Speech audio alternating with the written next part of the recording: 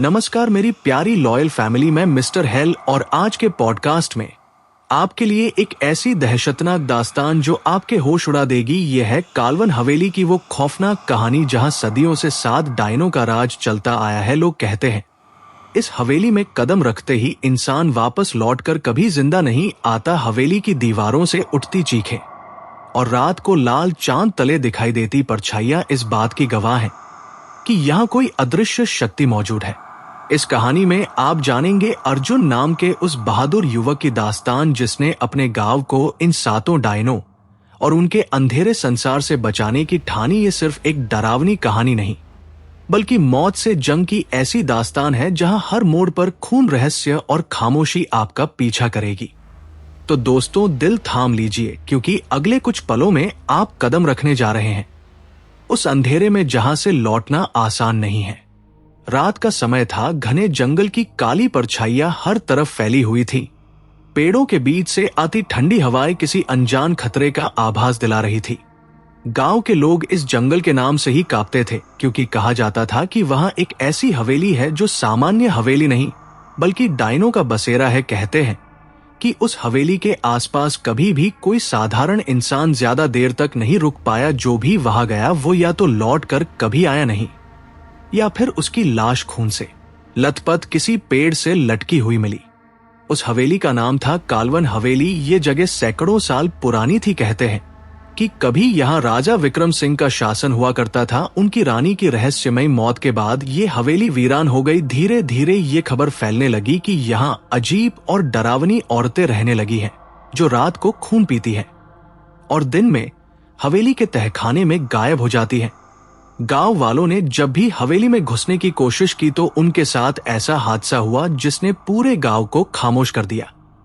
कहानी की शुरुआत होती है एक युवक अर्जुन से। अर्जुन एक साहसी लड़का था। वो गांव का रहने वाला था लेकिन उसने हमेशा इन बातों को अंधविश्वास माना। गांव वाले उसे बार बार समझाते कि काल्वन हवेली की ओर कभी मत जाना, वहां सिर्फ मौत मिलती है। मगर अर्जुन को इन सब बातों पर हंसी आती। उसे लगता कि लोग अज्ञानता और डर की वजह से झूठी बातें गढ़ते हैं। इसलिए उसने निश्चय किया कि वो खुद जाकर देखेगा कि आखिर सच क्या है। एक रात जब पूरा गांव सो रहा था, अर्जुन चुपके से हवेली की ओर निकल पड़ा। उसका मन रोमांच से भरा हुआ था। रास्ते भर उसे सन्नाटा और अजीब सी गंध महसूस होती रही जैसे किसी जले हुए मांस की बू हो, लेकिन वह रुका नहीं। धीरे धीरे चलते हुए जब वो हवेली के सामने पहुंचा तो उसकी आंखें फटी की फटी रह गई। हवेली का नजारा मानो किसी प्रेतलोक से कम नहीं था। टूटी फूटी दीवारें जिन पर बेलें चढ़ी थी, खिड़कियां जिनमें से टेढ़ी मेढ़ी परछाइयां झांक रही थी और सबसे भयावह था आसमान पर खड़ा लाल चांद जिसकी रोशनी हवेली को और भी डरावना बना रही थी। अर्जुन ने गहरी सांस ली और हवेली का दरवाजा धक्का देकर खोल दिया। दरवाजा खुद ब खुद चरमराता हुआ खुल गया। अंदर अंधेरा था लेकिन हवा इतनी ठंडी थी मानो किसी बर्फीली गुफा में आ गया हो। उसने अपनी जेब से लालटेन निकाली और जलाई। रोशनी चारों तरफ फैली तो टूटी फर्श पर जाले लटके दिखे। जगह जगह हड्डियां बिखरी हुई थी और दीवारों पर अजीब चिन्ह बने हुए थे जैसे किसी ने रक्त से लिखे हों। अर्जुन का दिल पहली बार जोर से धड़का लेकिन उसने खुद को संभाला और हवेली के अंदर कदम बढ़ाया। वो धीरे धीरे चलते हुए मुख्य हॉल में पहुंचा और अचानक उसकी नजर उस वृत्त पर पड़ी जो फर्श पर बना हुआ था। उस वृत्त के बीचों बीच राख और जली हुई लकड़ियां थी और उसके चारों ओर लाल रंग से मंत्र लिखे हुए थे। अर्जुन ने तुरंत पहचान लिया कि ये कोई साधारण चिन्ह नहीं बल्कि तंत्र विद्या का हिस्सा है। अचानक उसे पीछे से आहट सुनाई दी। उसने मुड़कर देखा तो काले कपड़ों में 7 औरतें खड़ी थी। उनकी आंखें अंगारों की तरह लाल थी। उनके बाल बिखरे हुए और लंबे थे और होठों पर खून की लाली झलक रही थी। अर्जुन का दिल जोर से धड़का। वह समझ गया कि गांव वालों की कहानियां झूठ नहीं बल्कि सच थी। सामने खड़ी औरतें साधारण इंसान नहीं बल्कि डायने थी। उनमें से एक औरत ने धीमे स्वर में कहा, "ये वही है जिसे हमारी दुनिया में आना था। इसके कदमों की आहट हमें पहले ही सुनाई दे चुकी थी। अब ये हमारे संसार से बाहर नहीं जा सकेगा।" अर्जुन ने डर छिपाते हुए कहा, "तुम सब कौन हो और यहाँ क्या करती हो?" तब एक दूसरी औरत ने हंसते हुए कहा, "हम हैं काल्वन की रक्षक, हम हैं इस हवेली की मालकिने। ये हवेली हमारी शक्ति का घर है और तुमने यहाँ कदम रखकर अपनी मौत को खुद बुला लिया है। अर्जुन ने हिम्मत जुटाकर कहा, मैं तुम लोगों से नहीं डरता, मैं जानता हूं कि तुम सब सिर्फ छल और अंधविश्वास की परछाइयां हो। लेकिन तभी तीसरी डायन जोर से हंसी और उसने अपने नाखून से दीवार पर वार किया। दीवार की मोटी ईंटें चूर चूर हो गई। अर्जुन समझ गया कि ये कोई साधारण औरतें नहीं बल्कि अलौकिक शक्तियों से भरी हुई है। डायनों ने उसके चारों ओर घेरा बना लिया और मंत्रोच्चार शुरू कर दिया। अर्जुन ने खुद को छुड़ाने की कोशिश की लेकिन उसके पांव जैसे जमीन में धंस गए हों। उसकी सांसें भारी होने लगी। तभी अचानक हवेली के भीतर से एक औरत की करहाने की आवाज आई। सारी डायनें चुप हो गई और उस आवाज की ओर देखने लगी। अर्जुन ने मौका पाकर अपने पैर खींचे और पीछे की ओर भागने लगा। वो हवेली के अंधेरे गलियारों में भागता चला गया। हर ओर से उसे फुसफुसाहटें सुनाई दे रही थी, जैसे कोई उसके कानों में उसका नाम ले रहा हो। अर्जुन अर्जुन अर्जुन। उसकी आंखें भय से चौड़ी हो गई लेकिन उसने दौड़ना बंद नहीं किया। अचानक सामने उसे एक पुराना कमरा दिखा। दरवाजा आधा टूटा हुआ था। उसने जल्दी से दरवाजा धक्का देकर अंदर घुसकर उसे बंद कर लिया। कमरे में अंधेरा था लेकिन रोशनी पड़ने पर उसने देखा कि वहां एक बूढ़ा आदमी जंजीरों से बंधा पड़ा है। उसकी हालत दयनीय थी, शरीर पर घाव और आंखों में भय। उस बूढ़े ने कांपते हुए कहा, बेटा तुम यहाँ क्यों आए? भागो यहाँ से वरना ये डायने तुम्हें कभी जिंदा नहीं छोड़ेंगी। अर्जुन ने हैरान होकर पूछा, तुम कौन हो और यहाँ क्यों बंद हो? तब बूढ़े ने भारी आवाज में कहा, मैं इसी गांव का पुजारी हूँ। कई साल पहले मैंने इन डायनों को रोकने की कोशिश की थी लेकिन ये मुझसे ज्यादा शक्तिशाली निकली। मुझे कैद कर लिया और तब से मैं यहां हूं। अर्जुन ने कहा, तो फिर हमें कोई रास्ता निकालना होगा कि इन्हें हराया जाए। बूढ़े ने सिर झुकाते हुए कहा, इनसे लड़ना आसान नहीं। ये संसार ही इनका है और जो इसमें आ गया वो कभी लौट कर नहीं जा सका। यहीं से अर्जुन की असली परीक्षा शुरू होती है।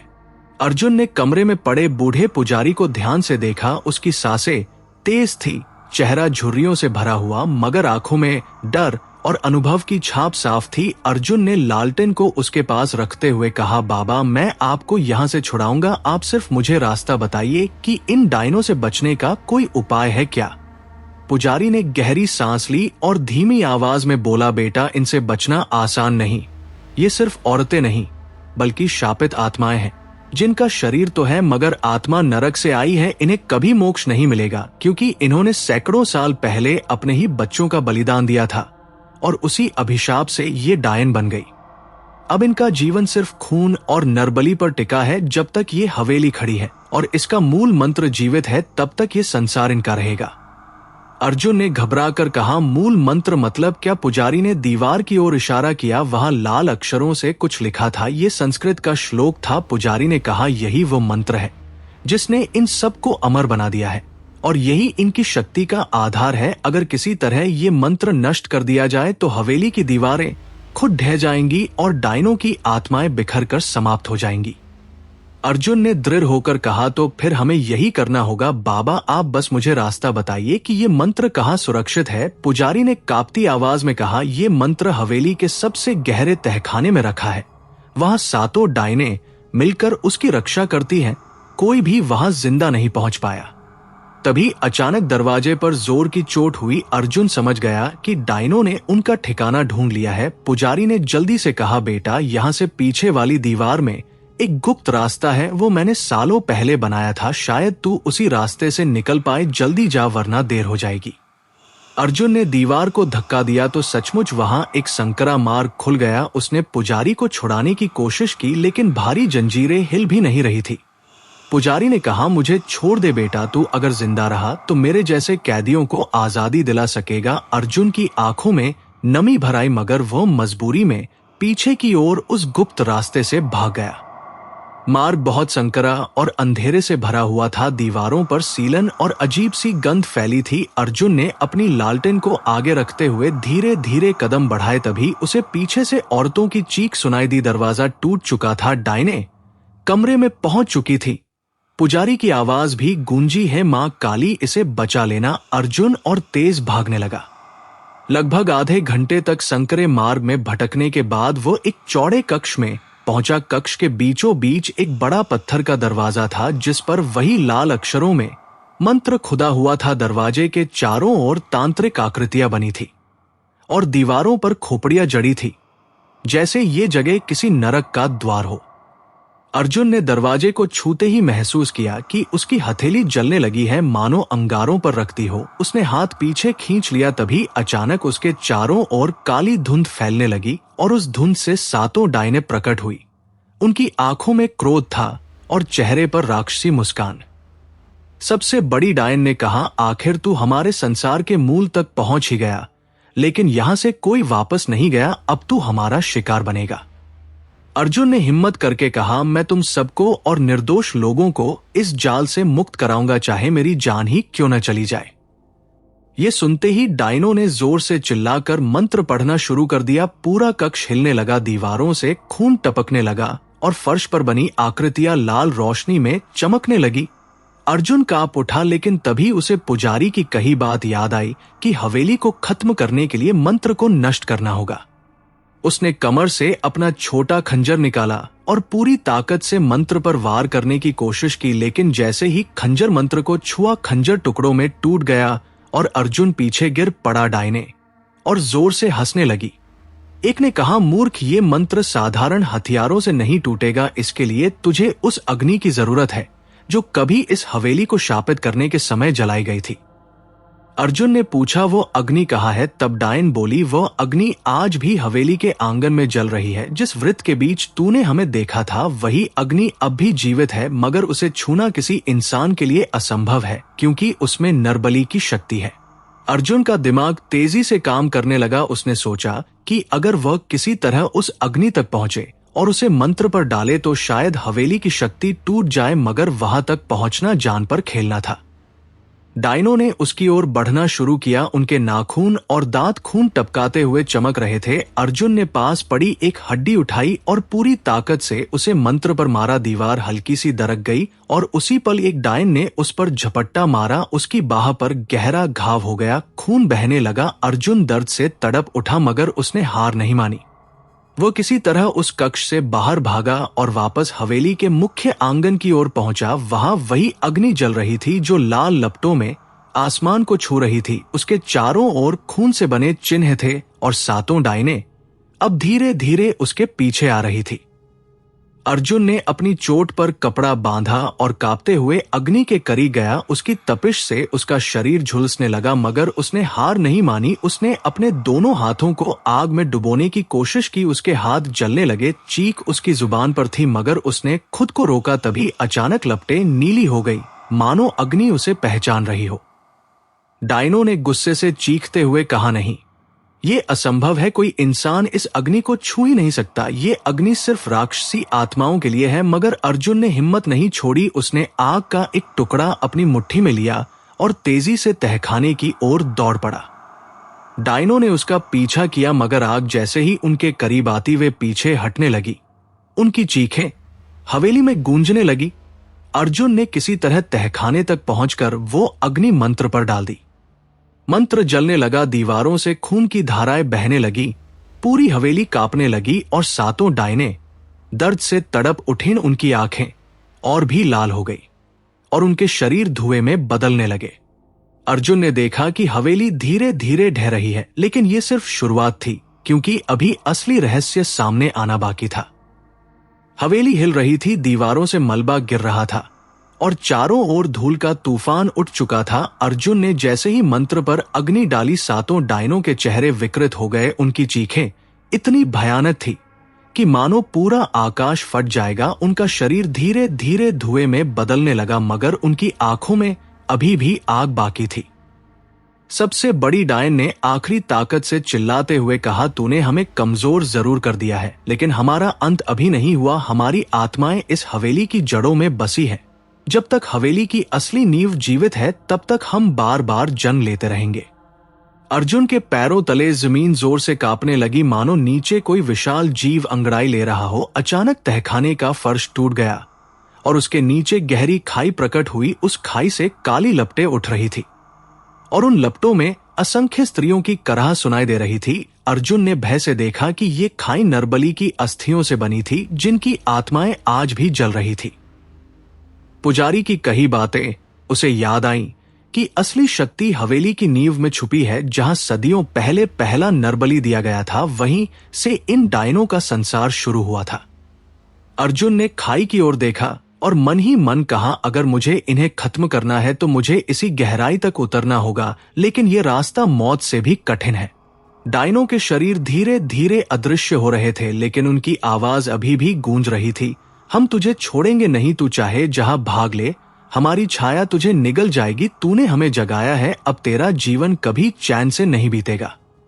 अर्जुन ने साहस जुटाकर खाई के किनारे से छलांग लगाई। उसका शरीर अंधकार में गिरता चला गया, जैसे किसी अनंत गर्त में डूब रहा हो। नीचे की हवा भारी और जहरीली थी, सांस लेना कठिन हो रहा था, मगर वो हार मानने वाला नहीं था।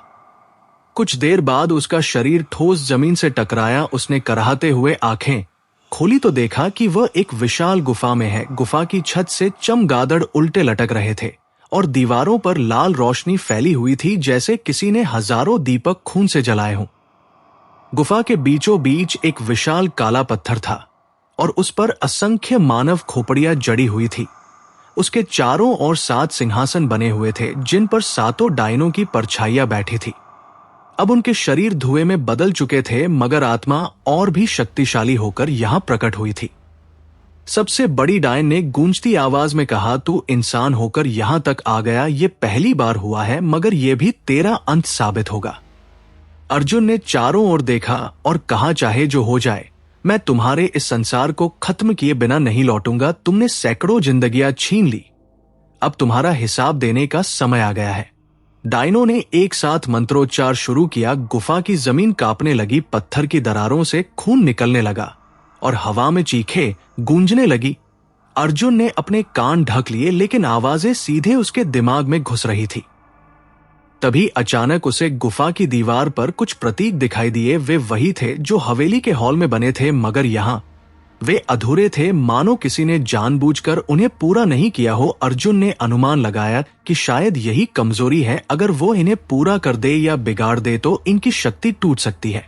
वह तेजी से दीवार की ओर बढ़ा, मगर तभी एक डायन की परछाई उसके सामने आकर खड़ी हो गई। उसकी आंखें 2 जलती हुई मशालों की तरह थी और उसका चेहरा इतना विकृत था कि अर्जुन की रूह कांप गई, पर उसने खुद को संभाला और पास पड़ी एक लोहे की छड़ उठाकर दीवार पर बने प्रतीक को बिगाड़ना शुरू किया।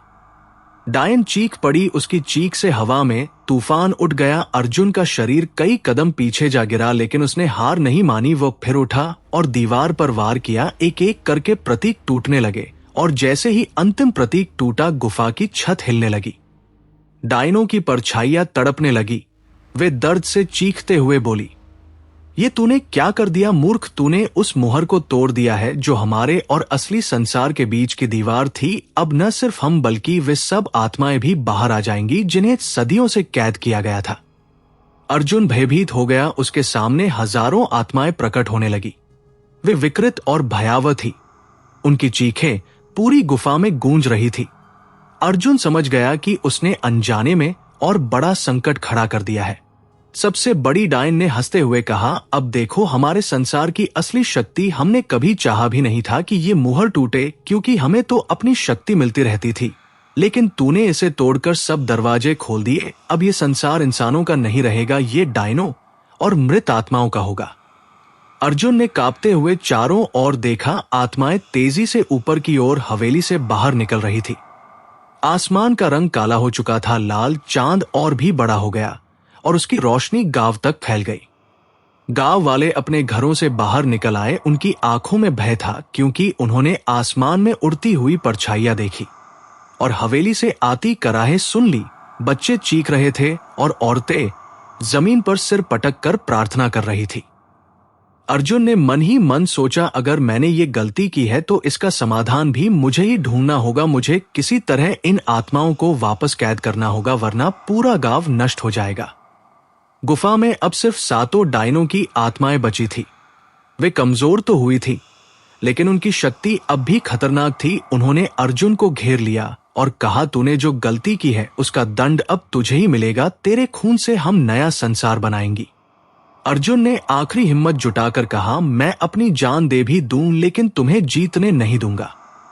ये कहते ही उसने पत्थर के ऊपर रखी एक जली हुई मशाल उठाई और उसे अपने ही खून से बुझा दिया। गुफा में अचानक अंधेरा छा गया और डायनों की आत्माएं तड़प उठीं। लेकिन यह सिर्फ शुरुआत थी, क्योंकि अंधेरे में कुछ और भी जाग चुका था जो डायनों से भी ज्यादा भयावह था। गुफा में छाया अंधकार गहराता जा रहा था। अर्जुन की सांसें तेज हो चुकी थी। सातों डायनों की आत्माएं तड़प रही थी, मगर उनकी आंखों में अब भी आग थी, जैसे वे किसी अंतिम वार की तैयारी कर रही हों। चारों ओर फैली चीखें थम चुकी थी, लेकिन अचानक गहरी खामोशी ने वातावरण को और भी भयानक बना दिया। अचानक उस काले पत्थर में दरारें पड़ने लगी, जिसकी सतह पर खोपड़ियां जड़ी थी। उन दरारों से लाल रोशनी निकल रही थी और उसके भीतर से कोई विशाल आकृति धीरे धीरे प्रकट होने लगी। वो आकृति न डायन थी न आत्मा, बल्कि किसी प्राचीन राक्षस का स्वरूप था। उसका शरीर धुएं और आग से बना था और उसकी आंखें दो धधकते हुए सूर्य जैसी थी।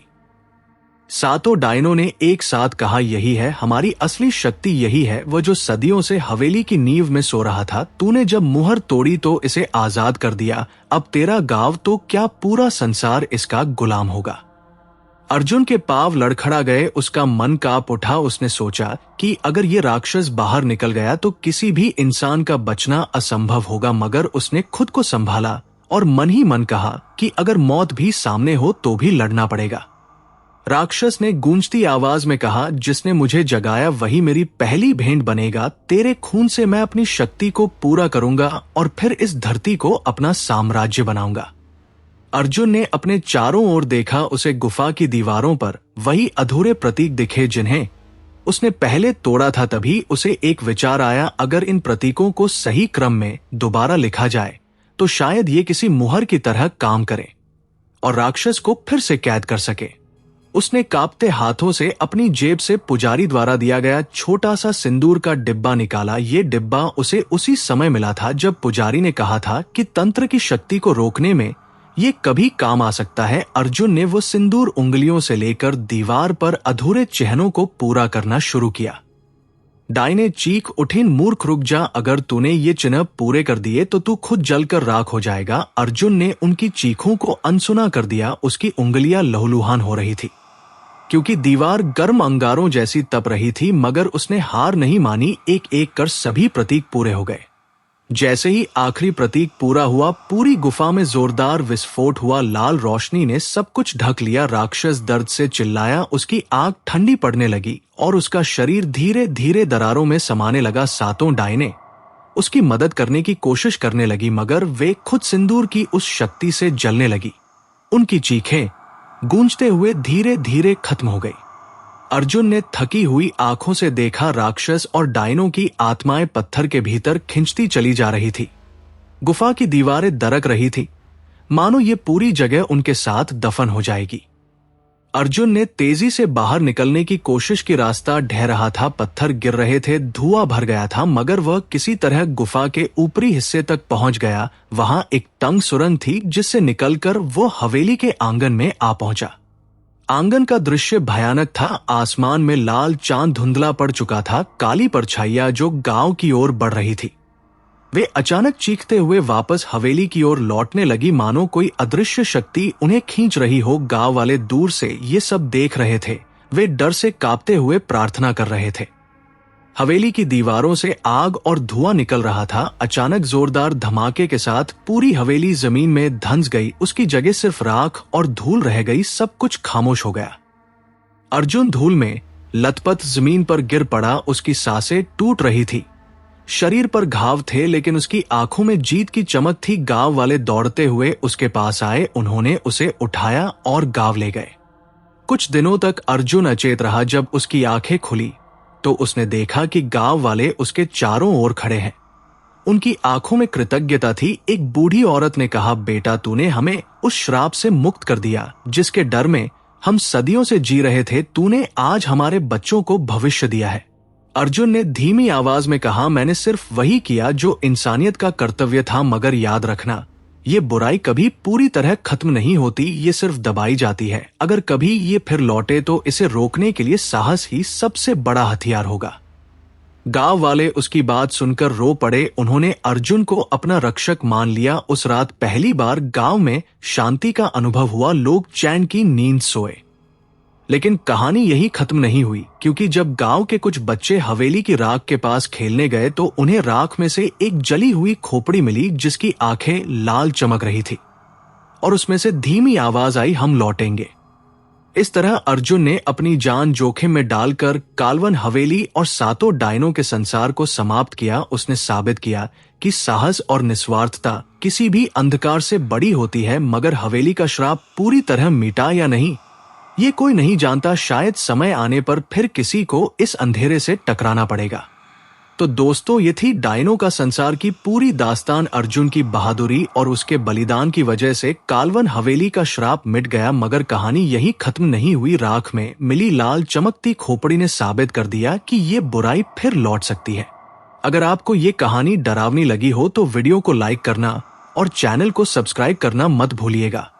और हाँ, नीचे कमेंट में जरूर बताइए कि अगली कहानी में आप किस विषय पर सुनना चाहेंगे। आपका नाम अगली कहानी में जरूर लिया जाएगा। याद रखिए, अंधेरा हमेशा इंसान के चारों ओर मौजूद है, बस फर्क इतना है कि कोई उसे देख पाता है और कोई अनदेखा कर देता है।